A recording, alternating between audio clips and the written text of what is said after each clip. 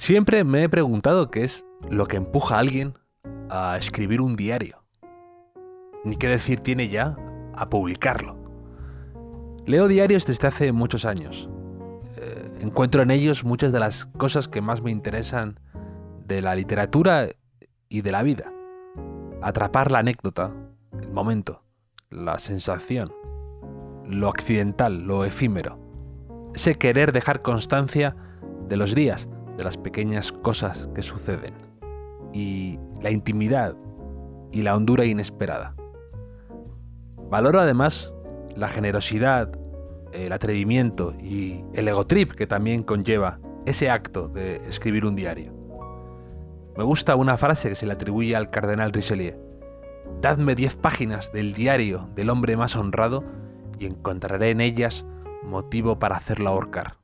Porque también va de eso, de poder ser juzgado por los demás, por gente que no conoces.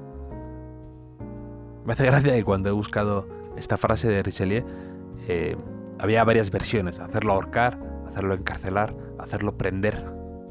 Menos mal que todavía no existía la silla eléctrica para el versátil Richelieu. Una de mis canciones preferidas es una de Luz Casal que se llama Sencilla Alegría.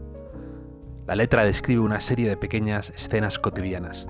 Un hombre enfadándose en el mercado, una niña cayéndose del monopatín, una máquina levantando una cumbre de adoquín. Y el estribillo dice: son las sencillas cosas de la vida, es el latido vivo de mi gran ciudad. Sencilla alegría cuando miro alrededor y siguen las cosas donde ayer las dejé yo. Mi invitada de hoy en el hotel lleva encontrándose las cosas donde ayer las dejó y publicando sus diarios desde hace más de 35 años. Es la monumental obra titulada El Salón de Pasos Perdidos de Andrés Trapiello. Cuenta Andrés que en las viejas casas había siempre un salón chino, un salón pompeyano, un salón de baile, otro de retratos, cada uno empapelado o pintado de un color, con unos muebles apropiados y su decoración idónea. En estos palacios españoles, un tanto vetustos y destartalados, había también un salón que se llamaba de Pasos Perdidos. La casa que no lo tenía no era una buena casa. Era el salón donde nadie se detenía, pero por donde se pasaba siempre que se quería ir a alguno de los otros. Y a Andrés le gustaría que esos libros, sus diarios, llevaran el título general de Salón de Pasos Perdidos, porque son libros a los que sería absurdo quedarse, pero sin los cuales no podríamos llegar a esos otros lugares donde nos espera el espejismo de que hemos encontrado algo. A ese espejismo lo llamamos novela, y a ese algo lo llamamos vida. A este hotel le hace falta un buen salón de pasos perdidos para encontrarnos a nosotros mismos, para ir a otros lugares interesantes y al mismo tiempo para no estar en ninguna parte. Así que nos vamos a tomar un alegre, veraniego y chisporroteante Seagram's tónica charlando de esto y de aquello con Andrés Trapiello en su salón de pasos perdidos.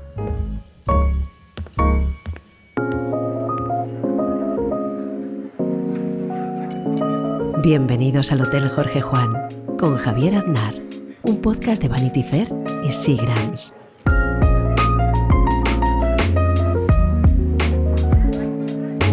¿Cómo estás, Andrés? Hola, buenas tardes, muy bien. Me encanta que hayas podido venir y charlar contigo. Te leo desde hace muchísimo tiempo y me hace especial ilusión tenerte aquí en el hotel. Muchas gracias. Sí. Acabas de publicar Fractal, que es, digamos, el libro de bolsillo de tu Salón de Pasos Perdidos, de tu novela en marcha que llevas años y años publicando y que yo, como lector compulsivo de diarios que soy, fue de los primeros a los que me acerqué y me deslumbró. Y tener ahora esta edición de tus diarios me encanta. Era un proyecto, en cierto modo, antiguo, pero al que yo he sido muy, muy contrario siempre, porque hacer una antología, según quien la haga, puede ir en detrimento de la obra o a favor de la obra. Y este es un diario, el Salón de Pasos Perdidos, que lleva ya muchos años, lleva como 30 y tantos, casi 40 años haciéndose. Son 24 tomos los que se han publicado hasta ahora y Fractal recoge 20. Los mejores, digamos, entre comillas, los momentos estelares de esos 20 años. ¿Qué ocurre? Que cuando se han metido unas 15.000 páginas o 14.000 páginas, las que sean, en un libro de 800, pues se deforma un poco el mismo formato, desde luego, pero también un poco el paso del tiempo. Es decir, cada tomo de mis diarios tiene un paso determinado y entonces es un paso más bien lento, más bien intimista y, bueno, siempre es un diario en el que suceden cosas, pero suceden cosas con un determinado paso. Al ponerlo todo junto, yo que normalmente digo llevo una vida solitaria, no viajo, vivo en Madrid, pues entonces al coger fragmentos especiales, pues aquí pues, hay 8 viajes a Cuba, a Roma, a Italia. Yo que digo que normalmente no me encuentro con nadie, me encuentro con todo el mundo. Lo dices en algún momento, una persona solitaria y de circulación restringida. Y una circulación muy restringida, pero claro, la gente dice, oye, este señor que dice que es de circulación restringida y está todo el día, que si La Habana, que si Estados Unidos, que si París, que si tal. Bueno, es un poco engañoso. Lo que ocurre que, como digo al principio, yo me negaba a esta antología, por decirlo de alguna manera. Pero, bueno, hubo 3 amigas gallegas a las que conocí hace muchísimos años en El Rastro y luego hemos pasado a una amistad realmente sólida y Pilar. Pilar es la editora. Las amigas gallegas son Nieves, Nola y Ana. Y Nieves García, Nola Romero y Ana Pérez. Bueno, estas conocen muy bien mi diario. Lo han leído algunas hasta 3, 4, de memoria. Se lo saben de memoria. Entonces ellas hicieron la primera selección y como me conocen bien y me quieren bien, ellas trataban de quitarle al diario pues los momentos más aristados o los momentos más ríspidos o más antipáticos o más combativos, más ácidos, y se centraron básicamente en lo que a ellas les gusta, o sea que era pues una visita al dentista tuya. A mí es lo que me gusta, No, cada uno, de los diarios, de verdad. Bueno, cada lector le gusta unas cosas. Ellas, digamos, son más rurales, son más gallegas, entonces, por tanto, hacían más hincapié en nuestra vida en las viñas, en las vidas en el campo extremeño. En encontrarte una liebre en mitad de la noche. Todo eso. Bueno, y entonces esas se lo presentaron a la editora de Alianza Editorial, que también es una gran lectora de los diarios. Sí. O sea, el Pilar, lo decía en la presentación, ella creo que se sumó al diario, conoció el diario por primera vez cuando llevaba 14 tomos publicados ya, y entonces, bueno, pues a ella le gustó mucho y en un año leyó los 14 tomos que había publicados hasta ese momento, y a partir de ahí cada año iba leyendo más y por tanto también conoce muy bien el proyecto.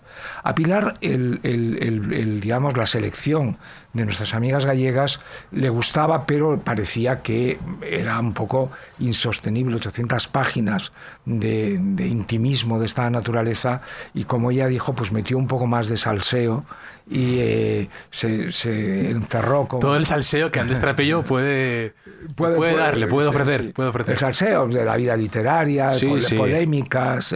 Tu juicio, con... mis juicios, con un completamente idiota. Y entonces todo eso, digamos, lo añadió. Miriam, mi mujer, al final, que está leyendo por primera vez, porque Miriam, igual que yo no he leído los diarios. Una vez publicados no he vuelto a leer un solo diario. Yeah. Y Miriam tampoco lo había hecho.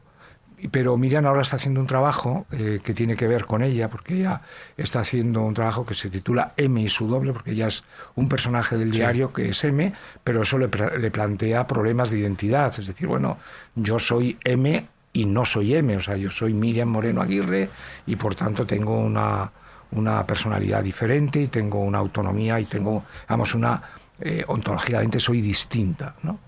No soy un personaje literario. Y ella está leyendo de corrido, y por primera vez también, desde que se editaron, todos los diarios. Lleva 12 tomos o así leídos, anotándolos, como ella es de formación de filosófica, y el trabajo que está haciendo es un trabajo de filosofía, ¿no? Entonces, muy seria. En mi casa ahora es la única seria, somos dos. Es la parte, digamos, de los altos estudios. Entonces ella me dijo, no, pues mira, deben incluirse, creo, además, tal y cual y el otro fragmento, ¿no? Entonces ella, por ejemplo, los fragmentos que hacían relación a las armas y las letras, es decir, cómo todo esto surge de un encargo para un premio, como el premio no me lo dan. No.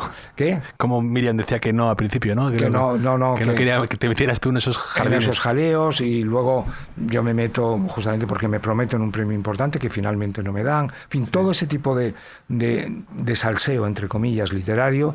Bueno, y dice, no, esto es importante, en tu vida ha sido muy importante ese libro, y en cierto modo ha tenido su importancia en la historia de la literatura. Sí, tu primer encuentro con Juan Manuel de Prada, por ejemplo. Son cosas curiosas que uno va descubriendo a través de tu libro, sin caer. Tú no pones nombres, pero intuyes por contexto, por descripciones. Y al final, bueno, a mí me pasan todo, digamos, en el buen sentido, lo que llaman ese monstruo, ¿verdad?, que es de 1.200, 1.500 páginas, son muchas páginas, y yo me encuentro con que realmente esto está muy en bruto, y entonces yo me meto, digamos, me encierro con esto, con una edición en papel, con tijeras, y empiezo a cortar analógicamente, con tijeras, pegando en folios, metiendo los aforismos y montando el libro, porque al final, ya esto, los que nos escuchen pensarán qué rollo les estoy soltando, pero bueno, este es un rollo necesario para entender cómo se ha hecho este libro. Bueno, finalmente, lo importante del libro es que, en efecto, Las Sandra de Pasos Perdidos es un diario, pero acaba siendo una novela. Es decir, yo lo escribo como diario y se publica como una novela. ¿Y qué es la novela? Pues la novela, en realidad, el tono de la novela se lo da el montaje, eso que estoy diciendo. Sí. El cortar, claro, el pegar, el cambiar de sitio, el ficcionar muchos de los episodios, y al final el resultante es ese. Es decir, que mi vida, como la vida de todo el mundo, pues no tiene ningún sentido. Es decir, nosotros no tenemos un argumento. O sea, nuestras personas no tienen un argumento, lo van haciendo, y además tienen la obligación de buscar un sentido a lo que no lo tiene. Y esto es lo que se hace básicamente en un libro, en una obra literaria, ¿no? Entonces yo, al final, lo que he tratado de hacer de este libro es, por un lado, que parezca, en realidad son tres, porque el libro, el Fractal, está dividido en 3 libros, y son en realidad como 3 diarios juntos. O sea, Fractal, para el que no sepa lo que significa, el Fractal es una parte que parece un todo. El ejemplo canónico de Fractal es la coliflor. Es decir, tú a una coliflor le desgajas un trozo de coliflor y sigue siendo una coliflor. Y a esa rama de coliflor le quitas otro poco y sigue siendo otra coliflor. Es decir, pues el Fractal pasa lo mismo. Necesitas algo más poético que una coliflor, ¿eh? Para algo que tenga más marketing. La coliflor... Bueno, la coliflor... Con la bonito que te ha quedado la cubierta con un ruiseñor... Esto es un ruiseñor, ¿no? Sí, este es un gorrión. Un gorrión. Intentamos poner un ruiseñor, pero no quedaba bien. Porque es muy ausado, tiene una forma de uso más... Y sobre todo porque yo, digamos, he escrito más de ruiseñores que por, entre otras cosas, porque al lado de nuestra casa en el campo tenemos ahora empiezan a dejar de cantar ahora muchísimos ruiseñores, ¿no? Lo que trataba de decir es que, bueno, todo es poético. Yo recuerdo que en Pla, cuando hablaba de un cielo color lombarda, decía. Sí, él, efectivamente. Y es una lombarda. En fin, a lo mejor la lombarda es más noble que la coliflor, pero por ahí andamos, ¿no? Y entonces el Fractal es eso, es decir, el Fractal es como un trozo da idea, o sea, como un fragmento da idea del conjunto.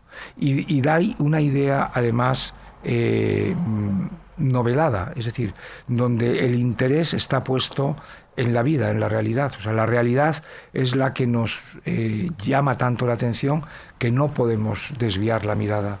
Es curioso porque a la gente que nos gusta la vida, que nos gusta la realidad, basta con que salgamos a la calle para que nos lo pasemos muy bien, porque en todo y con las personas, cuando entran en acción las personas, ya no te cuento, ¿sabes? Es decir, no solamente yo soy un hombre contemplativo que mira el campo, que mira la calle Serrano arriba, calle Serrano abajo, me siento en una terraza a ver pasar la vida. No solamente, sino que también me encanta mezclarme con las gentes y hablar con las gentes. Y como decía Gay, al que se cita mucho en el libro, me encantan las gentes. Espero poco de ellas, pero me encantan las gentes. Bueno, de hecho hay muchas escenas muy bonitas en Fractal de descripciones de personas que ves en el rastro y que hablas con ellos, o con la kiosquera de Salesas y demás. Eso me encanta, y es además lo que más permanece, que es curioso que a veces en el día a día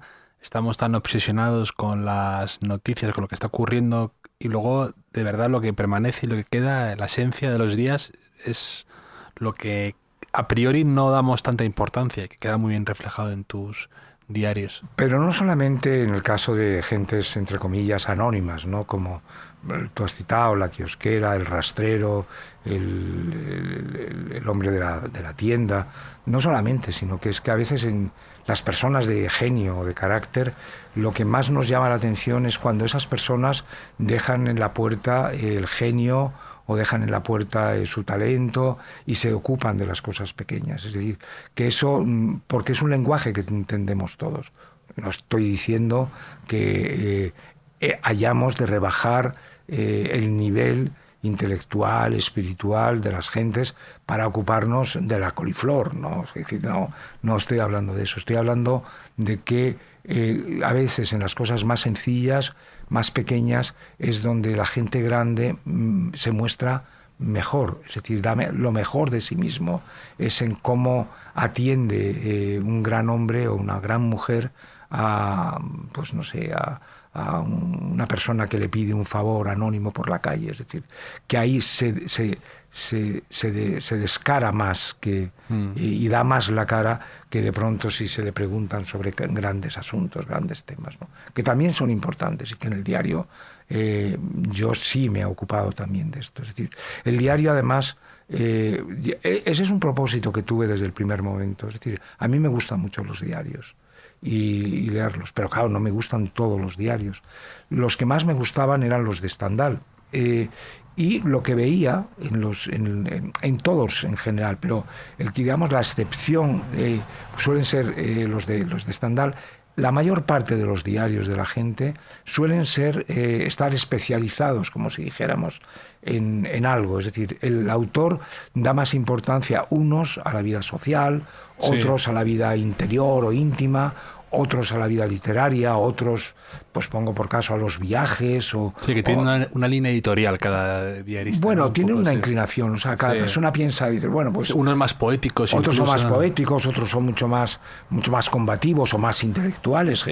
No estoy prejuzgando, por ejemplo, unos diarios que me entusiasman realmente, españoles, que son los de José Jiménez Lozano, son diarios en los que no hay prácticamente casi nada de intimidad propia, y sin embargo todo de lo que habla, básicamente, que son libros y son reflexiones, está contado con intimidad. Es decir, porque la intimidad no es una cosa escabrosa, o sea, la intimidad es un tono, y uno puede hablar con intimidad de cualquier cosa, de una rosa, pero también de un décimo de la lotería, o de un borracho que se han encontrado, o de un político. Es decir, el tono es el que te hace acercarte a la realidad.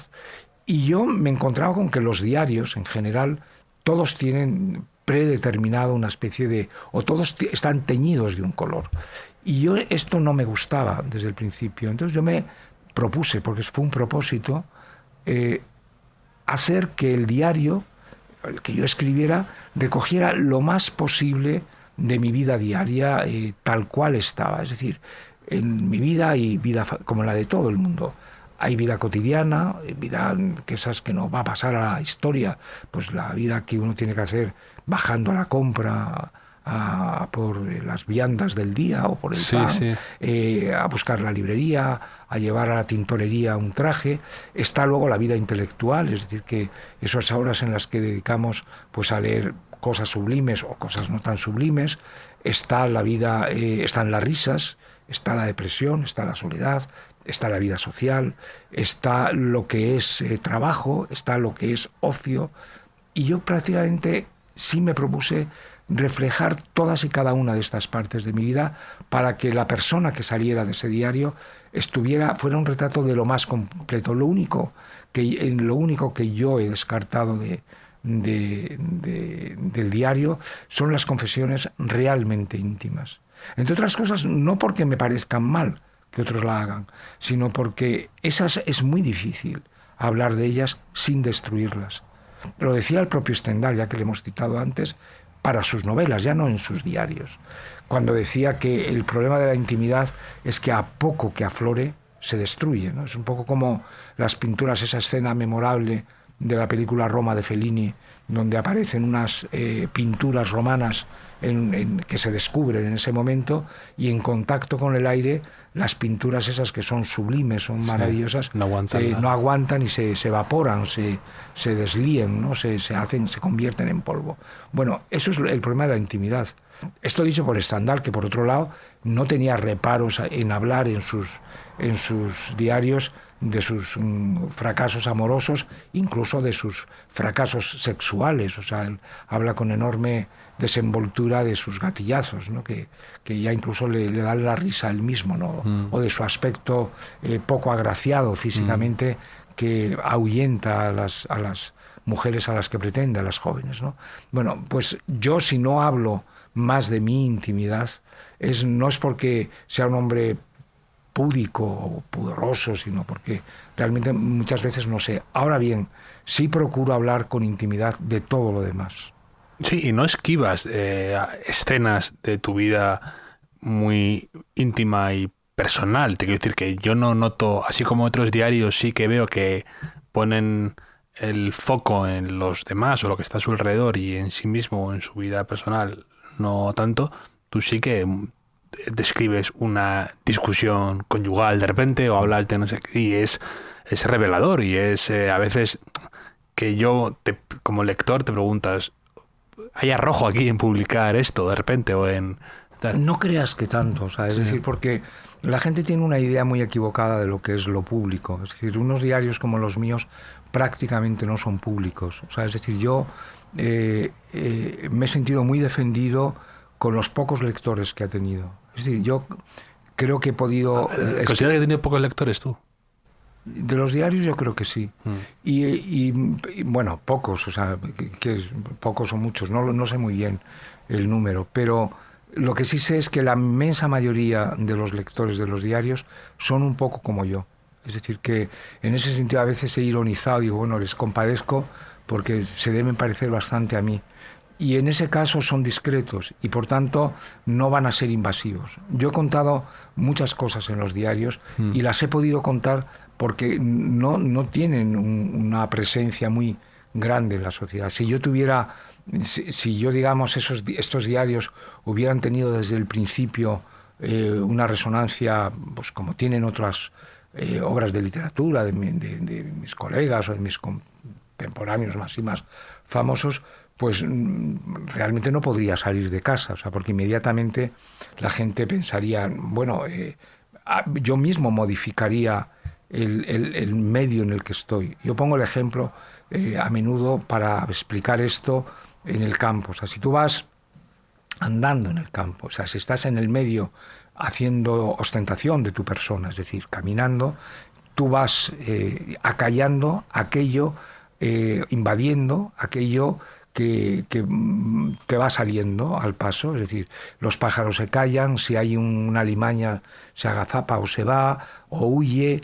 En cambio, cuando tú vas sobre una montura, sobre un caballo, esto no se produce, porque la alimaña, el pájaro, el animalito que oye la herradura, la interpreta como del mundo animal. Sí. Y entonces no, es decir, tú puedes estar encima de una oropéndola, que es un ave muy esquiva, que si tú vas andando a los 50 metros ya sale huyendo. En cambio, si vas al lomo de un caballo o de un borriquito o de una mula, puedes estar realmente debajo de la oropéndola y verla. Bueno, pues esto es lo que ocurre con el diario. O sea, si yo no hubiera tenido esa especie de grisura que me ha defendido, no hubiera podido escribirlo. Es más, incluso a veces me ocurre que me encuentro con gentes, porque eso en Madrid se encuentra mucha gente y además a lo largo de 40 años más todavía, que te saludan y tal, y dices tú, qué bien que no ha leído mis diarios, porque si los hubiera leído... este momento no habría pasado. Esto no hubiera ocurrido, y le doy gracias porque... Y esto es muy importante para mí declararlo y, digamos, y afirmarlo una y otra vez, porque a veces dicen, no, es que en los diarios hay una mala espina o un mal humor o una especie de venganza. En absoluto. O sea, yo incluso, en efecto, hay caricaturas y hay sátira en el diario, pero la caricatura no es un retrato.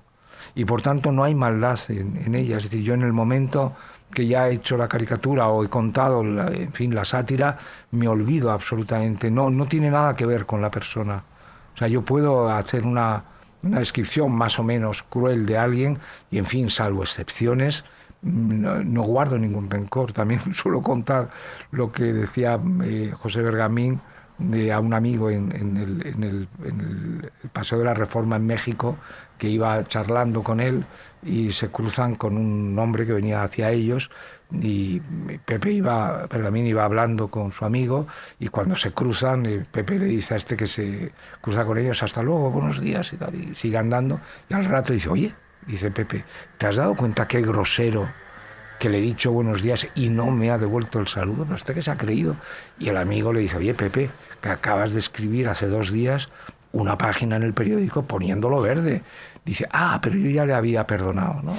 Bueno, pues eso yo creo que me pasa a mí en el diario. Yo es que además, como no tengo memoria, no tengo, digamos, conciencia de que eso es tan importante. Y sobre todo que sé que ese daño, entre comillas, o ese damnificado no lo puede ser tanto, porque el medio, el que es el propio diario, es muy restringido, es decir, no tiene una circulación. No es lo mismo decir de alguien en uno de mis diarios esto o lo otro que decirlo en una tercera del ABC o en un editorial del Mundo o del País. O sea, eso no tiene nada que ver. Y por eso creo que la naturaleza del salón entero tiene que ver con esto, tiene que ver con la circulación restringida, realmente, como la mía, ¿no?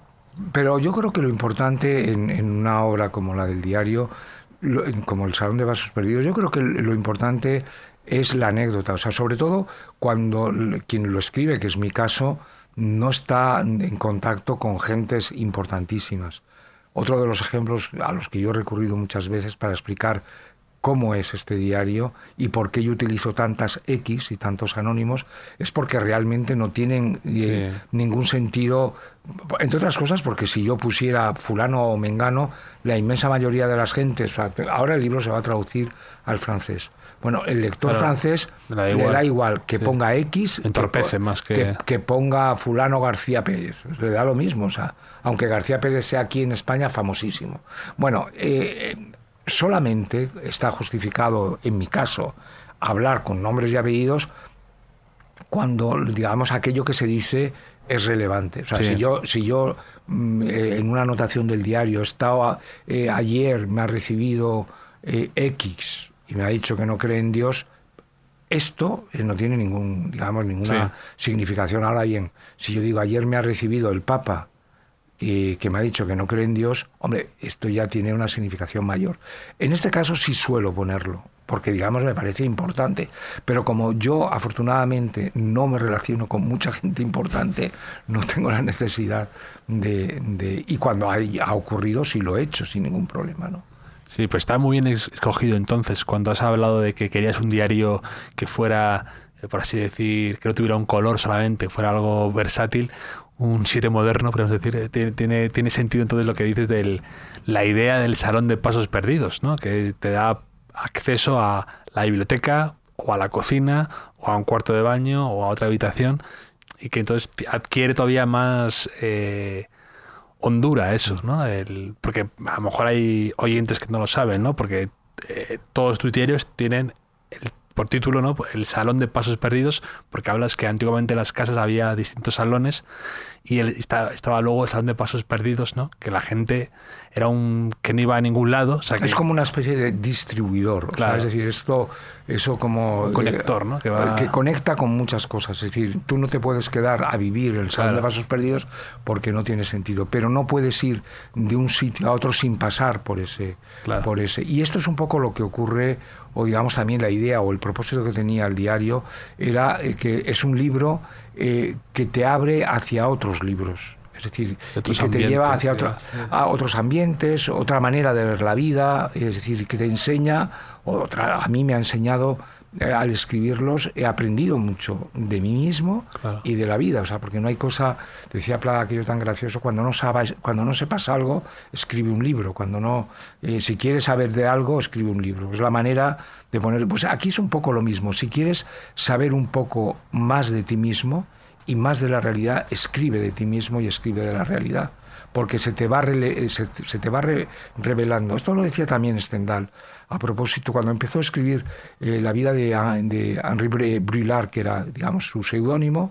Él dice, bueno, esto me va a llevar contar mi vida me va a llevar 2 o 3 años. Al final le llevó menos, no contó su vida, contó solo su infancia. El libro es extraordinario, pero él dice, bueno, quizás dentro de 2 o 3 años, cuando escriba mi vida, por fin sabré si he sido feliz o desdichado, si he sido inteligente o si he sido tonto, si he sido valiente o he sido cobarde. Es decir, hasta que no escribes, realmente no sabes lo que eres. Y esto es importante para un escritor, como es mi caso. Y yo he escrito para saber quién soy. Y bueno, llegas al final y tampoco sabes quién es. Te preguntaba ahora si has llegado a alguna conclusión o ahora construyéndolo con tus manos casi de este ejemplar, si te hayas quedado con alguna idea o una conclusión o algún tema recurrente o habías llegado a algo. No, yo lo que me ha enseñado el diario es un poco como lo del ajedrez. Dice, el ajedrez te enseña a jugar al ajedrez, ¿no? Entonces, el Salón de Pasos Perdidos me ha enseñado a mí mismo, me ha enseñado a mirar las cosas. Y que la mirada sea en lo posible, que sea lo más cervantina posible. A veces me dicen, bueno, sí, tú hablas mucho de Cervantes para arriba, Cervantes para abajo, pero luego de vez en cuando te sale lo quevedesco. Entonces, lo quevedesco es ese lado de la literatura española que es cruel, que es despiadada, que es cínica, que es nihilista. Bueno, a veces esos ramalazos son inevitables en todo el mundo, pero inmediatamente me arrepiento y vuelvo otra vez a la vida cervantina, que esto sí me lo ha enseñado, y me he dado cuenta de que lo que pervive en general en la literatura es más la beta cervantina o galdosiana o en cierto modo barogiana, es decir, que esa especie de hilo de la literatura. La literatura española tiene 2 vías, claramente. Una es la vía que inicia Cervantes y la otra que es la que inicia pues Góngora, Quevedo y ese lado así de... Bueno, yo me inclino más hacia la cervantina porque entiendo que, bueno, en la vida hay que celebrar muchas cosas y que alguien como Cervantes, que tuvo una vida tan difícil, en fin, tan difícil en todos los aspectos, personal, literaria, militar, y pese a todo, nunca, digamos, como diría Nietzsche, levanta un falso testimonio contra la vida. Es decir, siempre es una celebración continua. De hecho, hay algo ahí, leyendo tus diarios, que lo veía presente, que era por así decir, tu aversión a la queja. Que dices que no quieres quejarte, que no te gusta la queja y que la evitas en la medida de lo posible. Bueno, yo no quieres ser esa persona quejumbrosa. No, yo creo que yo he circulado, es decir, como diría Borges, me siento orgulloso no de los libros que he escrito, sino de los que he leído. Pues a mí me pasa lo un poco parecido. Me siento orgulloso no de las frases que yo he podido decir, sino de aquellas que he puesto en circulación de otros, ¿no? Sí. Y una de ellas es esta de Gracián, de Baltasar Gracián. La queja trae descrédito. Es decir, si tú te quieres desacreditar, quéjate. Entonces, realmente lo más aristocrático que hay es el saber, el comportarse, el no perder el aplomo, sufrir estoicamente, incluso con una sonrisa, todo aquello que no siempre se consigue, porque llega un momento en que todo el mundo nos quejamos, ¿no? Pero en el momento que te das cuenta inmediatamente, yo creo que es propio quitarlo o tomártelo a broma, ¿no? Tomarse una broma. En el diario yo sí creo que me tomo bastante a broma, no me tomo muy en serio. No, y tiene fogonazos de mucho humor. Yo me he reído mucho. Ahora, es verdad que yo tenía muchos tomos, los había leído ya, pero volviendo a ciertos pasajes, a ciertas escenas, me he reído mucho con escenas que a lo mejor tú no pretendías ser conseguir algo hilarante o cómico, pero tus reflexiones o tus resoluciones muchas veces lo tienen. Sí.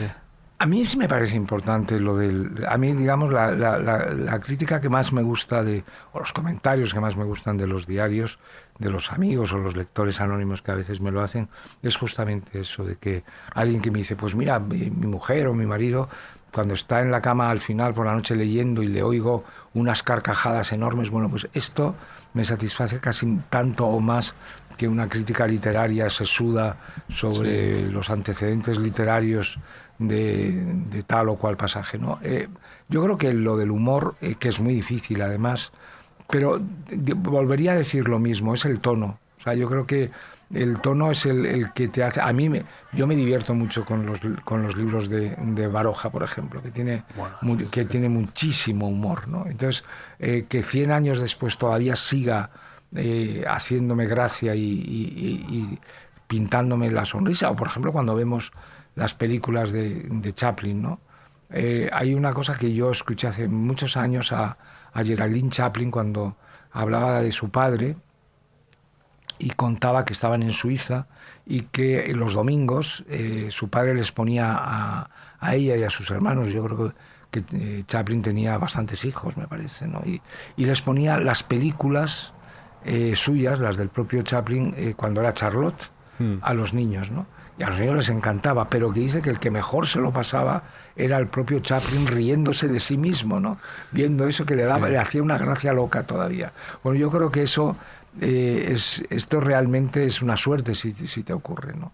Antes has dicho lo del tono, y también cuando estaba leyendo tus diarios decías varias veces, así momentos sueltos, que tú tampoco crees mucho en el estilo escribiendo. Dices que el estilo a veces es muy útil para precisamente desenmascarar la retórica de una idea y su inanidad profunda. Hablas de que no crees tanto en el estilo, y veo que, hablando de tono, que crees más en el tono que en el estilo, ¿no? En ese estilo a veces... Es que lo del estilo a veces es un poco como o sea, es decir, una cárcel, ¿no? La gente le teme a la claridad, o sea, la gente que teme a la claridad en general es porque no tiene mucho que decir y lo envuelve con palabras un poco oscuras, ¿no? Sí. Pero si tú no ominosa ignominia, todas esas que terrorizan. Sí, que me horroriza, la ignominia, la infamia, esas palabras que están... Oprobio infamante, sí. Que la gente tiene esas palabras que la gente... Ominoso, por ejemplo, es una cosa que en la literatura se contamina de vez en cuando ese tipo de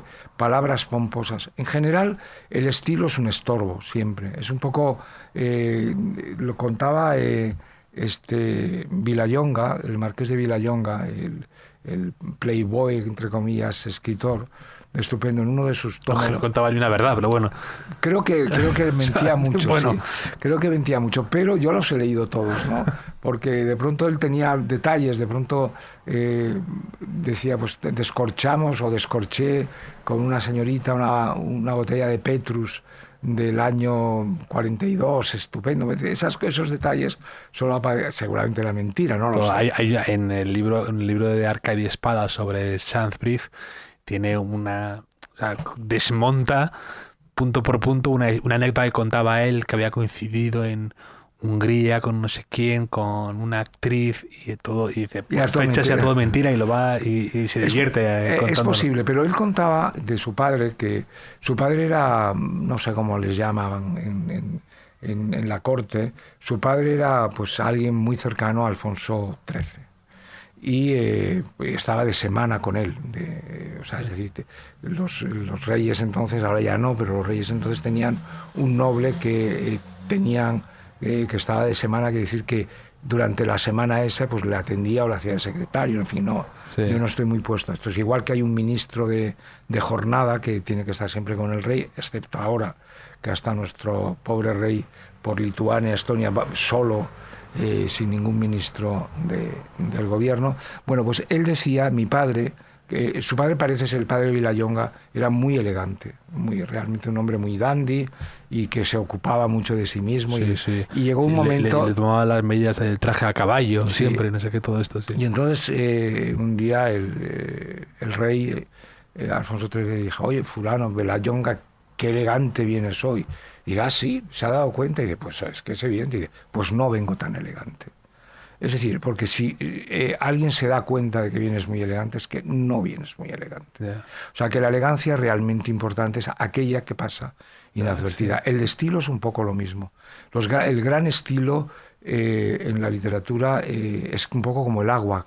O sea, que además es falso. Es decir, cuando decimos el agua es incolora, inodora e insípida, es mentira. O sea, porque el agua buena sabe, el agua buena es sabrosa. El agua de Madrid está buena. Es el agua de Madrid, de Lozoya, que no, es un agua muy buena. Y entonces, eso es el estilo. Es decir, el estilo tendría que ser incoloro, inodoro e insípido. Pero que esa insipidez realmente acaba siendo sabroso.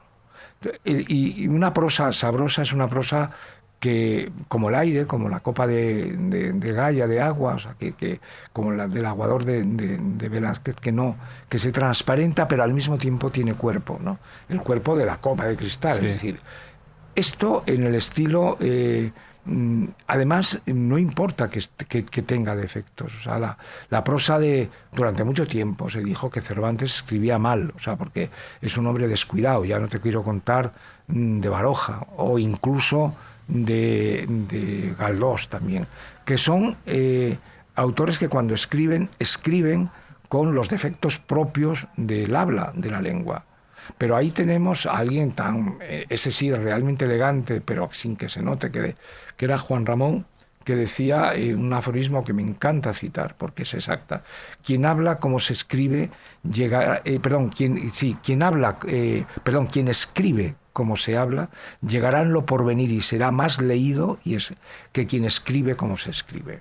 Es decir, quien escribe como se habla, es decir, con defectos, con repeticiones, con pequeños tropiezos, llegará en lo porvenir a ser más leído que quien escribe como se escribe. Esa gente que dice, bueno, yo voy a escribir elegantemente, porque hay una prosa elegante. Y entonces intenta remedar esas prosas un poco solemnes, un poco retóricas, ¿no? O sea, ¿qué es la retórica? Pues la retórica, como decía el tan citado en esta conversación Stendhal, es decir, corcel por caballo. Hay gente que entiende que si pone corcel, la prosa, esa página, va a caracolear muchísimo mejor que si pones caballo, o sea, porque caballo les parece poco. Bueno, pues yo creo que la prosa tiene que ser poco. O sea, si quieres realmente volar muy alto, no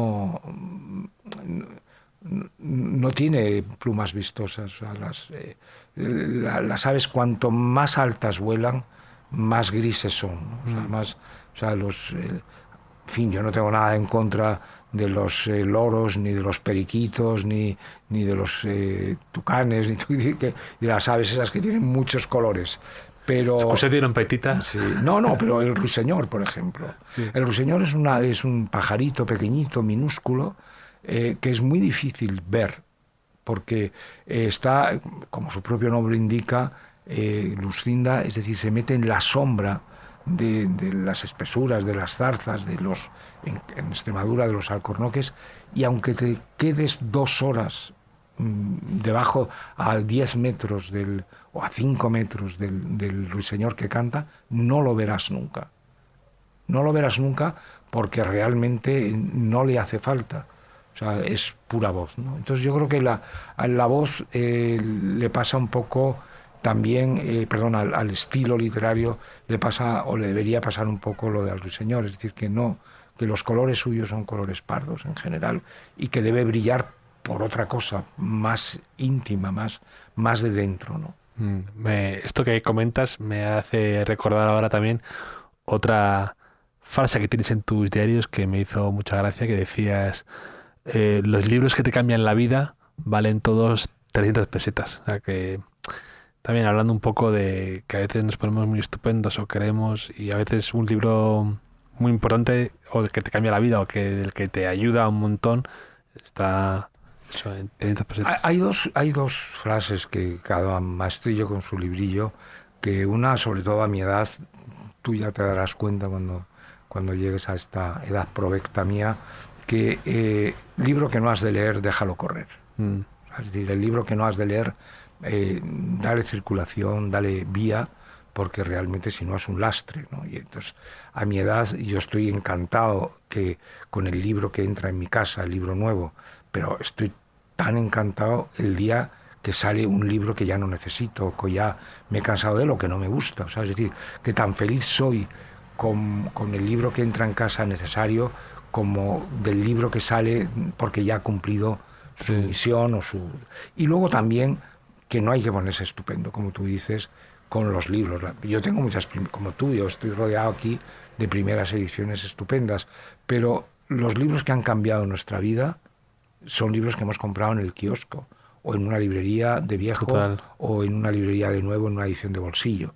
O sea, yo, en fin, todos los libros importantes en mi vida están comprados en ediciones baratas y a menudo en traducciones malas si son de literatura extranjera. Y le soporta todo. Que un clásico soporta la mala traducción.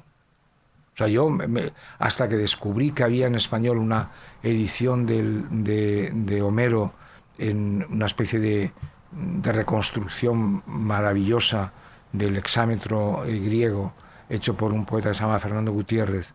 Es una edición antigua que se publicó en Planeta, primero en Plaza y Janés y luego en Planeta. Hasta que descubrí eso, yo he leído a Homero y me gustaba mucho Homero en ediciones seguramente rigurosas, serias, en prosa, pero en fin, que no tenía nada que ver. O sea, y de pronto cuando descubrí esa edición, que estaba en una edición de bolsillo de Planeta, en un saldo, pues realmente dices, bueno, me ha cambiado la vida. O sea, es decir, que... Y esto, tenemos la obligación de no ser retóricos, o sea, de no ser presuntuosos, de no presumir de cosas además que son absurdas, porque no podemos, o sea, en esto de la literatura lo más triste de todo es hacerse trampas a ti mismo, ¿no? Como hacerse trampas en el solitario, creer que has leído lo que no has leído, creer que has entendido lo que no has entendido y sobre todo creer que necesitas lo que no necesitas, ¿no? Solamente porque está en el ambiente. Hay que decir que has leído a fulano, a mengano, porque si no, no estás en la conversación. Eso es absurdo. O sea, yo me he caracterizado siempre por leer lo que me gusta y lo que me gusta en general coincidía bastante poco con lo que gustaba en ese momento. O sea, hace 40 años yo he explicado siempre, porque mi afición al rastro vino en cierto modo porque yo quería buscar libros que no encontraba en las librerías de nuevo, porque hace 50 años si tú querías leer, pongo por caso, a Gómez de la Serna, o lo leías en primeras ediciones o no lo podías leer. Y quien dice Gómez de la Serna dice muchísimos escritores españoles, Cansinos, Asens, Eugenio Noel, incluso de los, digamos, clásicos que tenían algunas ediciones en escolares, en ediciones circuladas como Austral o como el caso de Azorín o Baroja. Bueno, pues incluso de estos había muchos libros que o bien los comprabas en primeras ediciones o en obras completas que además en aquel momento estaban bastante expurgadas y eran bastante deficientes. Por tanto, yo sí que he tenido un gusto que no iba con el tiempo, ¿no? Juan Ramón Jiménez, otro que tal, o sea, es verdad que había, en fin, con un poco de cuidado, pues a lo mejor te ibas a las obras de Aguilar, de Juan Ramón, que estaba todo, o la tercera antología, pero entonces se producía algo, y se produce algo por lo que yo sí he buscado primeras ediciones. Es decir, que no, digamos, no está en contradicción con lo que voy a decir ahora. Citando al propio Juan Ramón decía, en edición diferente los libros dicen cosa distinta. Es decir, que no es lo mismo leer Antonio Machado, pongo por caso, en una edición de lujo que en una primera edición de las suyas, pobres, en mal papel, poco vistosas. Hay algo más en esa edición que en otra. Hay más en una edición original, muchas veces, que en otras que se han hecho filológicamente mejores. O sea, yo he escrito estos días, publicaré 3 artículos sobre Stendhal, por eso lo he citado tanto, sobre la correspondencia de Stendhal. Yo tengo los 3 tomos de la Pléiade, que están anotados, que son serios, solventes, filológicamente impecables, y tengo una edición de 1851, me parece que es, o 56, no me acuerdo, ya muerto Stendhal, hecha por su amigo Prospero Mérimée, y que es la edición que prefería también Paul Léotot.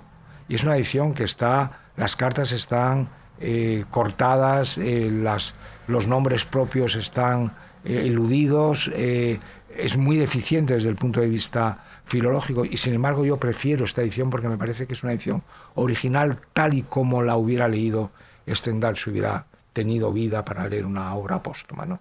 Bueno, esto es lo que hace que la literatura esté hecha a ser posible de cosas pequeñas, sin retórica, sin presumir mucho, sin queja, y a ser posible en un rincón. Hay gente que es de rincón y hay otra gente que es de esquina. Bueno, yo soy más de rincón que de esquina.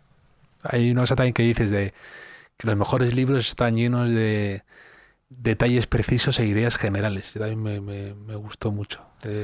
Tiene uno que tener, normalmente, es decir, las ideas te sirven para la vida. O sea, es un poco como la moneda, ¿no?, que lleva uno encima y la cambias por cosas. Pero generalmente hay que acostumbrarse a vivir con poco, incluso con pocas ideas, es decir, pocas pero muy firmes. El problema es cuando la gente tiene muchas o pocas ideas y las cambia a conveniencia. Ojo que no estoy diciendo que no se cambien de ideas. Yo estoy orgullosísimo de haber cambiado en la vida muchas veces, o no tantas, pero bastantes veces, sobre personas, sobre libros, sobre literatura, sobre arte, sobre política, no digamos.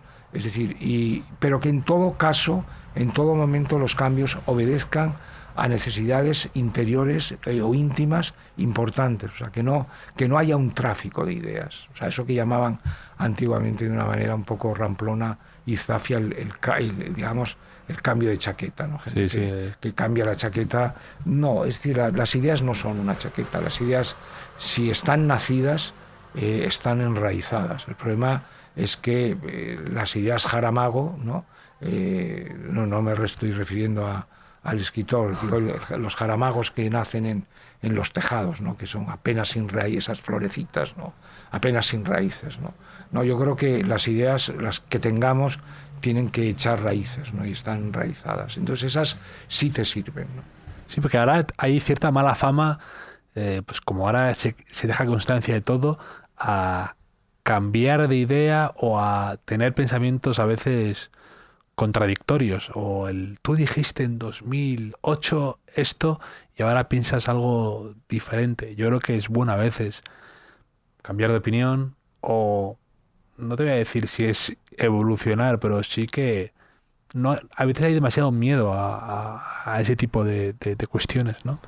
Bueno, políticamente no hay más que verlo. A mí cuando me dicen últimamente hay que ver cuánto has cambiado, digo, hombre, yo he cambiado muchísimo menos que Pedro Sánchez. O sea, es decir, en cambio a mí parece que todo el mundo me exige y me echa en cara que he cambiado, y en cambio este hombre que ha cambiado en 6 años, o sea, 180 grados en casi todo, a la gente le parece normal. Entonces digo, hombre, no me parece justo. Y yo no he cambiado tanto respecto de según qué cosas, pues no he cambiado tanto. Pues, sí, lo pones, en cuanto a tiempo, además, ¿no? Sí, sobre todo en tiempo. O sea, es decir, pues que en tiempo es desconcertante. O sea, cada 3 minutos parece que va a cambiar de opinión y no pasa nada. Bueno, yo entiendo que hay muchas cosas, yo he cambiado, obviamente. Es decir, en el caso, por ejemplo, de las armas y las letras, no solamente que cambies, sino que perfilas todavía mucho más esa primera idea que tienes, ¿no? Yo recuerdo que cuando hice este libro yo estaba amedrentado, yo estaba aterrado, digo, bueno, primero porque es un campo de minas, o sea, hablar de la guerra civil y de los dos bandos, bueno, te van a, digamos, a fusilar y pasear por los dos bandos. Aquí tengo una edición ampliada tuya. Bueno, esa edición ampliada, que digamos ha sido una conquista, no porque yo haya cambiado de pensamiento en estos 25 últimos años, sino porque yo hoy me siento mucho más seguro para decir cosas que hace 25 años no me atrevía del todo. No me atrevía del todo porque digo, bueno, ya bastante estoy contando como para encima cargar las cintas. Ahora ya me da igual. O sea, ahora, es decir, bueno, todo lo que sea, seguir investigando en la misma línea y ahondar en esas cosas está bien. Y ya miedo ya no tiene uno tanto. Es decir, porque al principio uno piensa que, sobre todo en un medio como el nuestro, que está dominado básicamente por la izquierda, el cultural, pues siempre tienes miedo al señalamiento, o sea, porque además son señalamientos de una manera muy frívola, o sea, es decir, no, pues la fachosfera, la derecha, la extrema derecha, nos han dicho tantas cosas en los últimos... pero claro, cada vez somos más, o sea, es decir, entonces, ¿qué pasa? ¿Que se está derechizando la cultura española? No se está derechizando. La cultura española, lo que ocurre que, por lo menos una parte importante de la cultura española, es más adulta hoy que nunca y no le teme a nada. Yo no, en fin, no sé si este podcast es o no político, pero puedo decir algo, ¿no? del asunto. Hay algo que me llama la atención. Con todo lo que ha ocurrido últimamente, con la ley de amnistía, que es una cosa a la que todo el mundo, digamos, nos hemos visto abocados a tener una opinión sobre ella. ¿Estamos a favor o en contra? Bien, a mí lo que me sorprende es que en contra, en España se han oído cientos de voces de intelectuales, cientos, no digo 4, cientos. A favor de intelectuales, escritores, artistas, probablemente no más arriba de 10 personas. Y, en fin, ellos, en fin, se me disculpará, de esas 10, seguramente de peso intelectual, pues seguramente muchas menos, ¿no? Y esto para mí realmente me llama la atención. Me llama la atención que no llame la atención. O sea, me llama la atención que la gente mire hacia otra parte. Por tanto, lo del cambio de opinión es una cosa que sí, que te sucede y que a veces lo que creen que es un cambio de opinión, en realidad lo que es un mayor abundamiento en algo. Es decir, no es que hayas cambiado de cambio, sino que tú estás afirmando tu opinión con mucha más seguridad, con mucha más, claridad, nitidez, y eso parece que haya cambiado y no es así. Pero es lo que decía Kant, sapere audia, atrévete a decirlo, ¿no? O sea, atrévete primero a pensar, que no es fácil, ¿eh? O sea, la gente prefiere no pensar porque el pensamiento, de la misma manera que decíamos antes, que la escritura te obliga, digamos, a conocerte, es decir, que tú te conoces a través de la escritura, a veces el pensar te obliga a decir. Es decir, porque si eres mínimamente decente, intelectualmente, dices, bueno, pues si pienso blanco, lo lógico es que diga blanco, porque no soy tan cínico como para pensar blanco y decir negro. Porque en fin, soy una persona que intenta ser moralmente íntegra. Entonces, digamos, esta especie de contradicción, mucha gente la resuelve, dice, fácilmente. Dejo de pensar y, por tanto, no tengo que decir.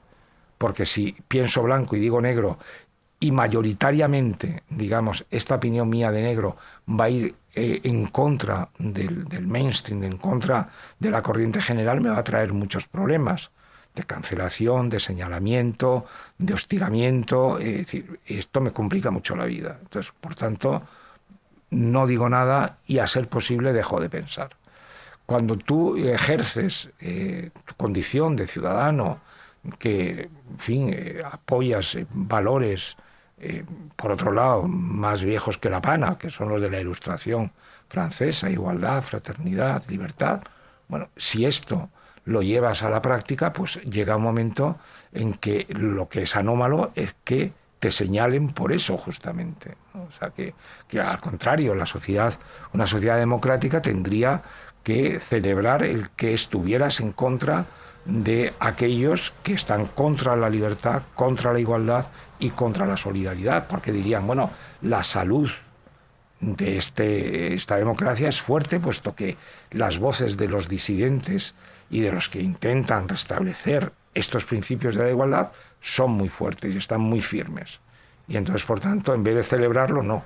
Intentan quitarte de en medio justamente porque eres un testigo incómodo de esto. Yo me imagino, entiendo que pues, en el gobierno de ahora pues nos quieran quitar a todo el mundo de delante, o sea, porque señalamos, digamos, ese tipo de desnudez del emperador. Es decir, este emperador va desnudo, o sea, no es que yo tenga una gran visión del asunto, es que estoy diciendo aquello que usted también ve y que no quiere decir. Aquí, Andrés, tenemos la tradición del cuestionario Proust para ahondar más en la personalidad de nuestro invitado. Aquí no sé si han sido suficientes 35 tomos de tus diarios para conocerte, pero te voy a hacer alguna pregunta más para... Yo soy muy malo repentizando, es decir, yo adoro a los franceses, que son...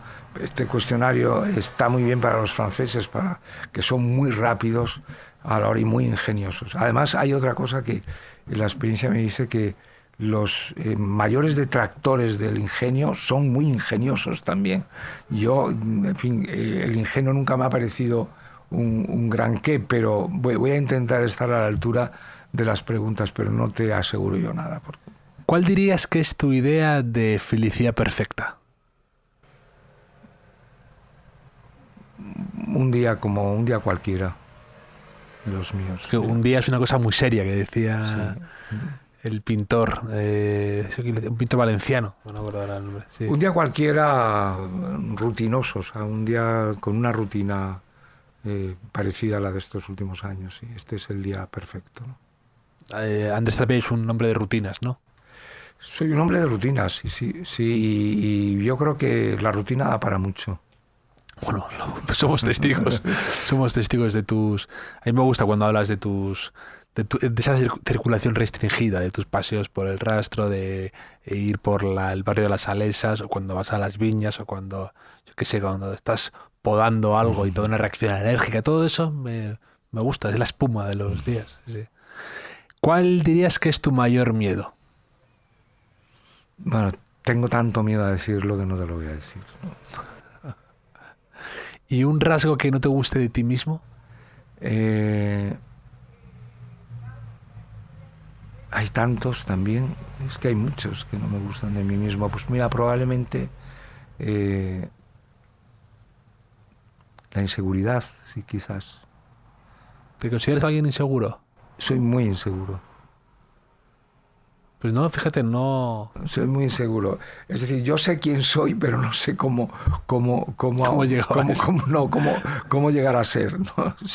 Sé quién soy, ¿no? Es decir, yo sé quién soy realmente, pero no sé cómo llegar a ser, ¿no? ¿Te gustaría tener más aplomo en tus decisiones o en tus...? No, en eso soy bastante determinado, ¿no? Yo, digamos, determinación tengo. O sea, determinación la he tenido siempre. O sea, soy una persona, en ese sentido, enérgica. ¿Sí?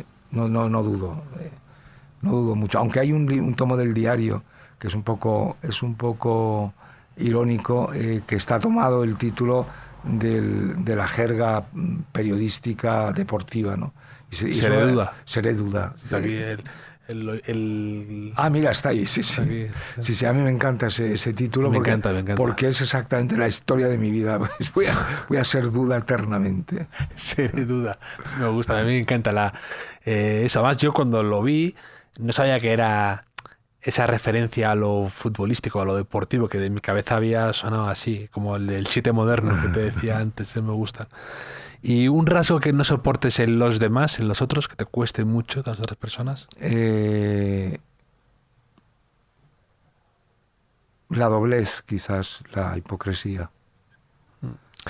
Y para ti, ¿cuál es tu idea de éxito? ¿Qué es el éxito para ti? Amanecer y que no me duela nada. Se perderían muchas páginas interesantes de los diarios sin tus dolencias o visitas al dentista o tus miedos o tus procesos febriles. Hay algo ahí perverso que me lo paso bien como lector. Sí, porque además escribir, a veces a Miriam le digo que el mérito de haber escrito estos tantos tomos del diario no es tanto en el hecho de escribirlos, sino en las condiciones en las que he escrito, con los dolores de muelas que he tenido. Sí. Yo creo que eso es para mí todavía mucho más meritorio. No, a mí escribir no se puede escribir en estados de ánimo de abatimiento absoluto o de exaltación suprema, sino que la escritura necesita una especie de grisura anímica y grisura corporal, física, donde pasa lo mismo, no sientas el cuerpo prácticamente ni por arriba ni por abajo, es decir, hay una especie de caldo de cultivo ideal, ¿no? Entonces, en ese sentido, necesita uno una cierta estabilidad bastante redondeada, ¿no? Sí. Decías, hay una entrada que también me reí mucho, que comentabas, vengo a recoger unos análisis tan buenos que no tengo miedo ahora de ir al dentista y que me haga lo que quiera, él me haga la cosa. Sí, es mi vida, no, pero eso no me gusta, es decir, porque para mí mis héroes son mis amigos que no les preocupan sus análisis, no les preocupan sus dolencias, no les preocupan, viven despreocupados de eso y no sé cómo lo hacen. Él es un poco aprensivo, queremos decir. Sí, un poco, sí. Y una extravagancia tuya que tengas, algo que a lo mejor se salga de esa grisura que a lo mejor es la que te gusta mantenerte o escribir, algo, una extravagancia de Andrés Trapello. Por ejemplo, yo sé alguna, que por ejemplo que eres que te gusta hacer collage y que has perfeccionado ya incluso en la técnica de los grandes. Sí, bueno, hay un aforismo de Juan Ramón que me parece muy divertido. En su caso era, digamos, dictado por una cierta tragedia, ¿no? Porque ya al final de su vida, él, que había sido un hombre en efecto muy elegante, es decir, un señor muy, sobre todo pulcro, con unos trajes impolutos, su higiene era escrupulosa. Al final de su vida parece que se descuidó mucho. Zenobia pues le obligaba a que se cortara el pelo, que no quería, las uñas se las cortaban cuando estaba dormido porque lo rechazaba. En fin, cuando estaba al final de su vida, un poco desarreglado mentalmente, hizo un aforismo que me entusiasma, que decía: a todo se llega, he aprendido a ser sucio y me parece bien. Bueno, esa es una extravagancia que, en fin, si los demás no la sufren, pero esto me parece bien, digamos, cuando dices tú de qué extravagancia, creo que la mayor extravagancia al final es, y la más difícil, es la naturalidad. Si esa naturalidad no comporta invasión, digamos, y ofensa al que tienes al lado, o molestia al que tienes al lado, es maravilloso. O sea, yo creo que la mayor extravagancia, porque es muy poco frecuente, es la de la naturalidad, y la naturalidad sin impostarte. O sea, es decir, hay gente que imposta ser el natural y es lo menos natural del mundo, ¿no? O sea, la naturaleza, cuando yo veo la naturalidad en algunas personas, es la virtud que más aprecio de ellos, ¿no? Me encanta eso. Y tú, aunque seas una persona de circulación restringida, ¿cuál dirías que es el último gran viaje que te haya gustado o un viaje que tengas pendiente que te encantaría ir? Bueno, a mí me gusta ir siempre a los mismos sitios, es decir, como cada sitio que he visto, yo ya sé que me quedaré sin ver prácticamente todo el mundo. O sea, he viajado a los mismos sitios bastantes veces, pero casi al lado de casa. O sea, no, es decir, Italia, Francia, Portugal. Estuve 2 días en África, en Ceuta, en Tánger. Me quedaré sin conocer Oriente.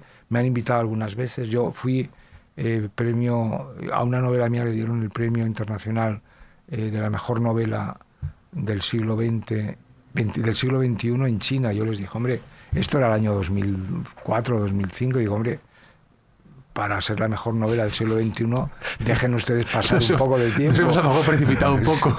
Bueno, me invitaron. ¿Qué novela era? Era, pues no me acuerdo. ¿Te acuerdas? No me acuerdo, la verdad. No sé si era Al morir Don Quijote o Los amigos del crimen perfecto, una de estas, ¿no? Los amigos del crimen perfecto me encanta porque tiene ese tono de alguien que ha estudiado la perfección de la novela negra. No me acuerdo. Bueno, el caso es que vino a verme un chino y entonces me invitó a China, y yo, que he sido maoísta durante 4 años, pues tendría que haber ido allí, pero la verdad es no me han invitado también a Japón, y eso, de eso me quedaré sin ver.